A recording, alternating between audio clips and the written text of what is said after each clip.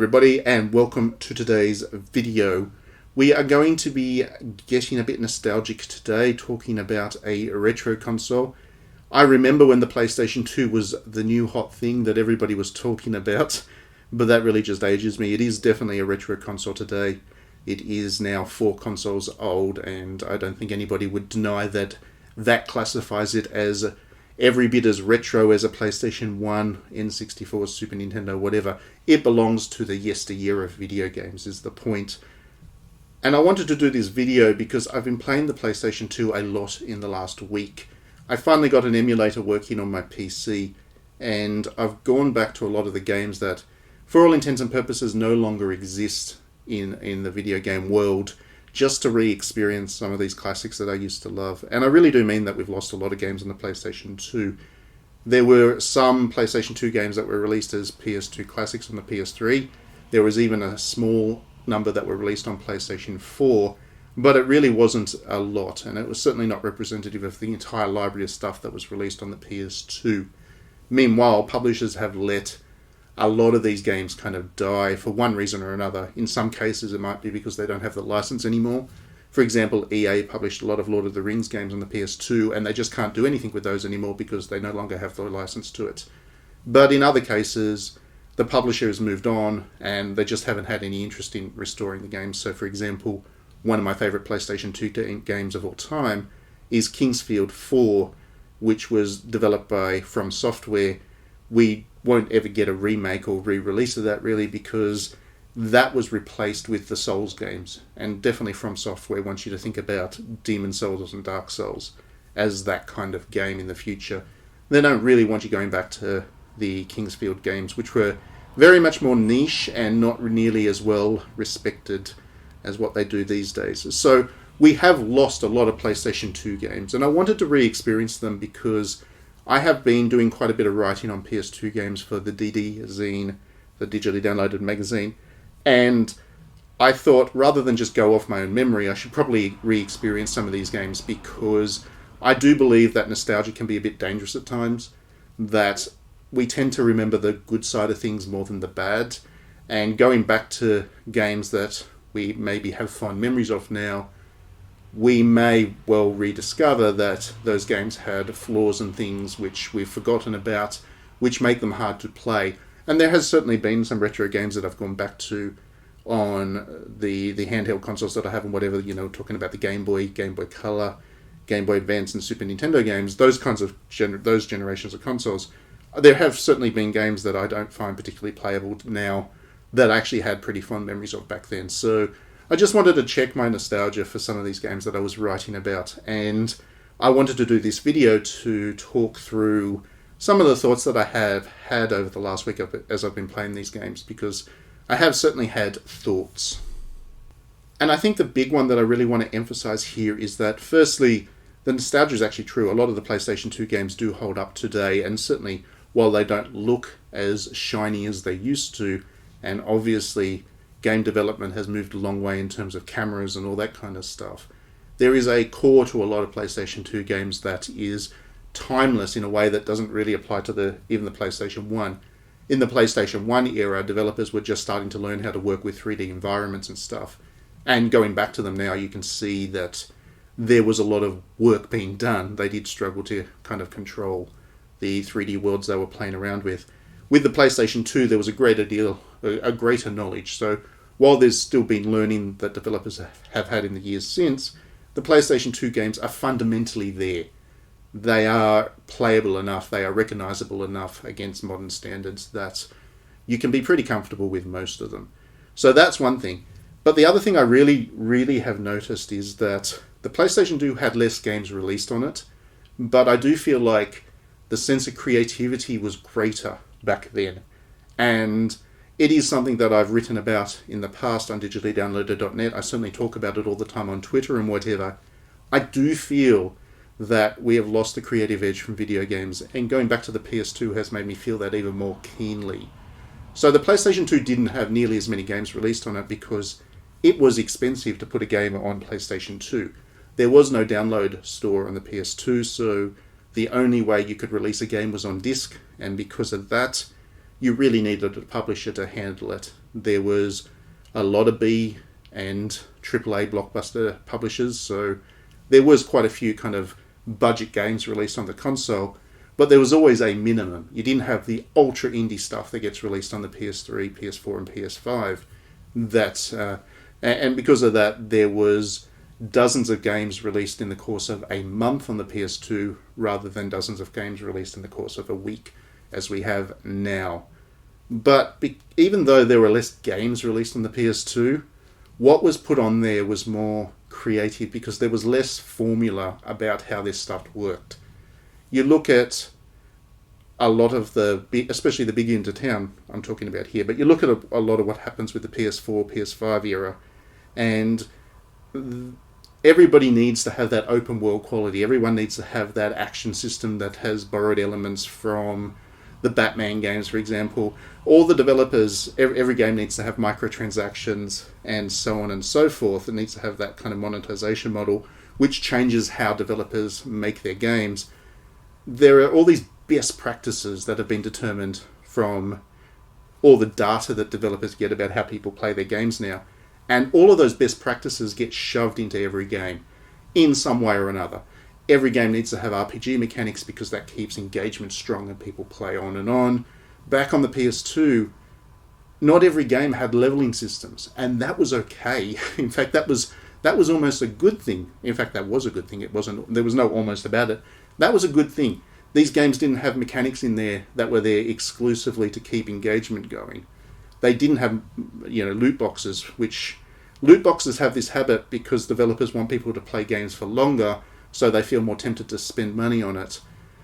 These games could be more efficient in length, and especially the horror games, for example, on the PS2, they were quite okay to be 4 or 5 hour experiences, and people were comfortable with that because that was standard back then.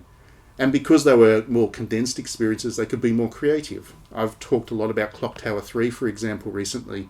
I've been playing Clock Tower 3 on the PS2. It is a fairly short game. It is a 4 or 5 hour long game, but every second off it feels like it has a point of being there.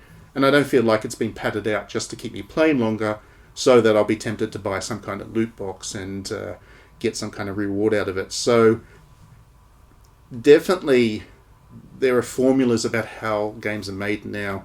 Back then there weren't. A really good example I can think of is the Lord of the Rings franchise. So on the PlayStation 4 and 5, Warner Brothers has the Lord of the Rings franchise, or they did. And what did they do with it? They created open world Assassin's Creed-like games, and it followed through with the Assassin's Creed-like structure. Yes, they had that Nemesis system, which was original, but so much of those games was very familiar and very safe. On the PlayStation 2, EA created a Final Fantasy X style RPG, and also they created a Dynasty Warriors-like action game.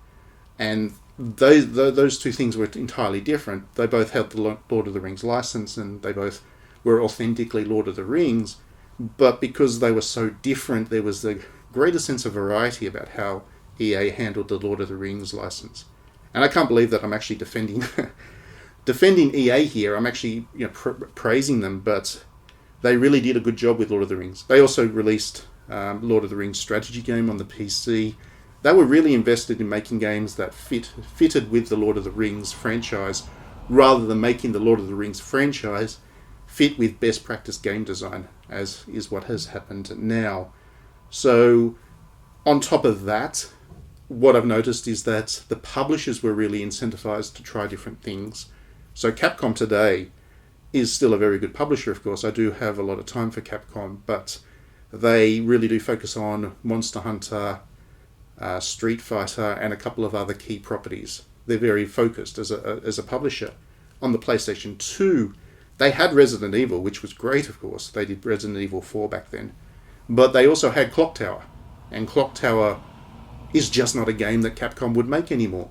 They had Gregory Horror Show, which never even got released in America, but Gregory Horror Show is the most amazing little kind of stealth horror puzzle game thing that to this day hasn't got an equivalent. I've never played anything like Gregory Horror Show again. So that was Capcom. They also did all kinds. They did so many different things. I mean, Koei Tecmo was another one. They were just Koei and Tecmo. They were separate companies back then. But Koei produced Winback, Operation Winback, which was this cover-based shooter thing. And these days, Koei, as much as I love them, are very much focused on Warriors games and other things that they can kind of repeat over and over again, or churning out Atelier JRPGs via Gust. But back then, they had a much greater variety of games that they were producing. There was another one called POT, Pacific, I think it was POT. They created a ship-based military war game based on World War II, which they just wouldn't touch today because they don't have the established franchise around the game to make it work. So, yeah, I think the thing, more than anything else, what I've noticed from replaying these PlayStation 2 games is that the PlayStation 2 was an era of creativity. It was a time where developers were still figuring out what works, how it resonates with players, and because of that, they were incentivized to try so many different things. And some of them fell flat. Other ones have become kind of cult classics, like there's one that I'm playing at the moment called Rule of Rose, which was a very janky horror game in a lot of ways, but it has been rediscovered in recent years by some people, not many, but some, because it is very obscure, but those that have rediscovered it realized that it was doing some really interesting things with narrative that was quite experimental at the time. That was an Atlas one, and Atlas as well was such a creative, vibrant company back then. It was publishing all kinds of different things. So it was a really interesting creative time, and it was the PlayStation 2 that made me realize that video games were maturing as an art form. Before the PlayStation 2, I just played video games because I liked games, and that was the thing.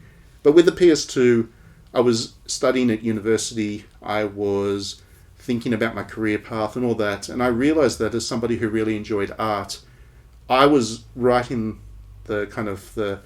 I was in an industry that was on the cusp of being legitimized as an art form. It was starting to be taken seriously, not just as games for fun, but also as something that people can talk about in terms of their artistic value.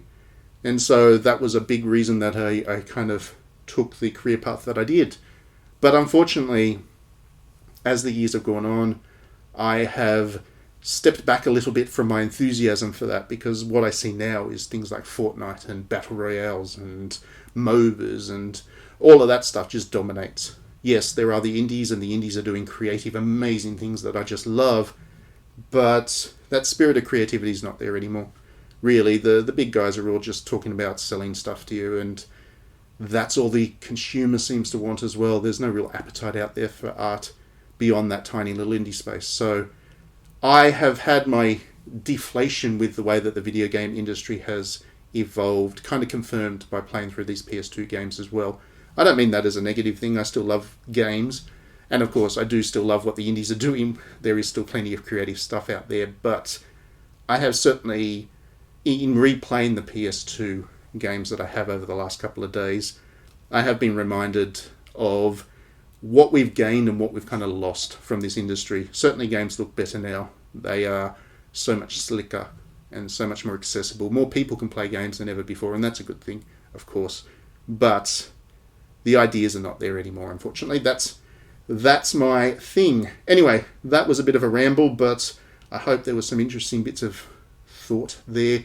Please do let me know your own thoughts in the comments. Let's have a chat about this. If you've been playing PlayStation 2 games as well recently, let's chat about that. I don't talk about PS2 games that much with people because it is very much a dead console these days, but who knows, there might be some other people with emulators out there that are still regularly playing PS2 games. So let's chat about that. Other than that, if you do enjoy these videos, please do click the like and subscribe button. That way you won't miss them as I upload them. And if you want to back what we're doing with this video channel, with the digitally downloaded website, then please do consider backing me on Patreon. You can do so for just $1 a month, and in exchange, you also get access to the DD Zine, which is a 48-page digital magazine that I produce each month.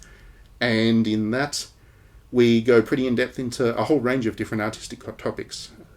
It's all focused on kind of Japanese games, which is my thing, of course, but we talk about history and literature and film and all that other stuff to put the Japanese video game industry in context against the broader culture. So it's an interesting magazine, I like to think, and the people that do read it seem to enjoy it, so it may well be worth $1 a month of your hard-earned money, and I certainly appreciate the support. Alright, thanks very much everybody, we'll see you at the next video.